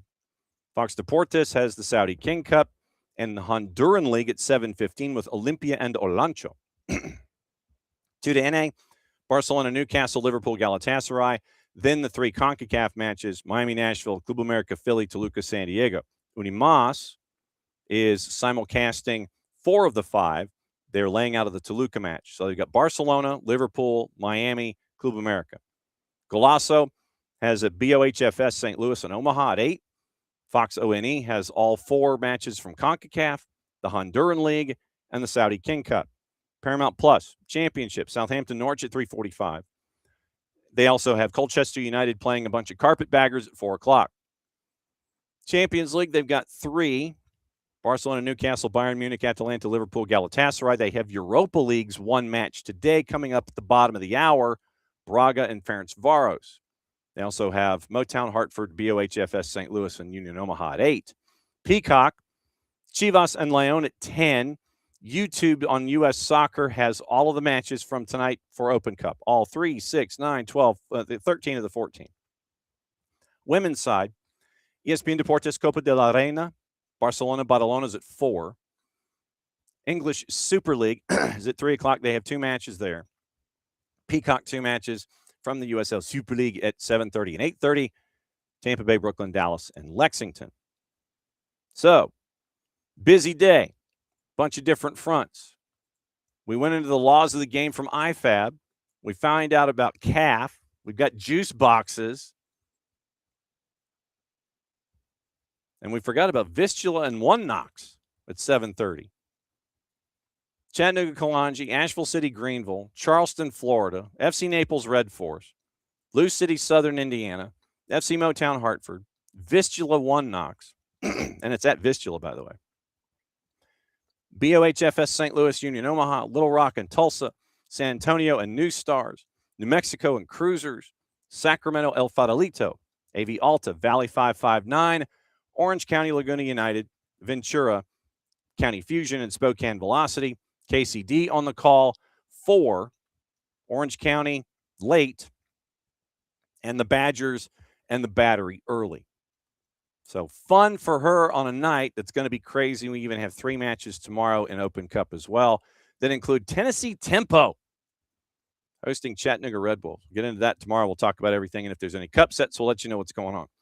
Once again, top of the hour, it's the Red Clay Soccer Report. We find out what's going on around the state. We'll relive what happened in the craziness last night with LOA and GMC Prep in Single A. We'll catch up with Mike Pettit, boys and girls coach at Callaway, at 12:45, and we'll break it all down for you. So we got matches, we got polls, we got highlights, we got coaches. Red Clay Soccer Report, presented by our friends at Kaiser Permanente. That's coming up at noon here on the network. Because of that, we're out. Thanks to KCD and her cement tomb that she's in Fort Lauderdale. Thanks to Dylan Butler and his house as he navigates a 14-hour day starting now with everything going on in his life, from Lord of the Dance to being Lord of the Open Cup and Lord of CONCACAF as well. And thanks to all of you for going through everything that we went through, all the cups on a Wall Pass Wednesday. It wouldn't be Wall Pass Wednesday without you. Thanks to Derek. Thanks to Coco. Thanks to Abby. And let's see. Thanks to David. Good morning, as always. Once again, there's Derek and there's Abby and there's David and Ricky and Abby and David and Lokeville. And that'll do. So that's all of us hanging out with all of you. Back at it again at noon. Red Clay Soccer Report. We'll go through everything in high school here in the state of Georgia. Since it is the end of the show, mucha plati, all play it safe. That means we get to do this. Back at it again. 53 minutes. We'll talk high school. See you then.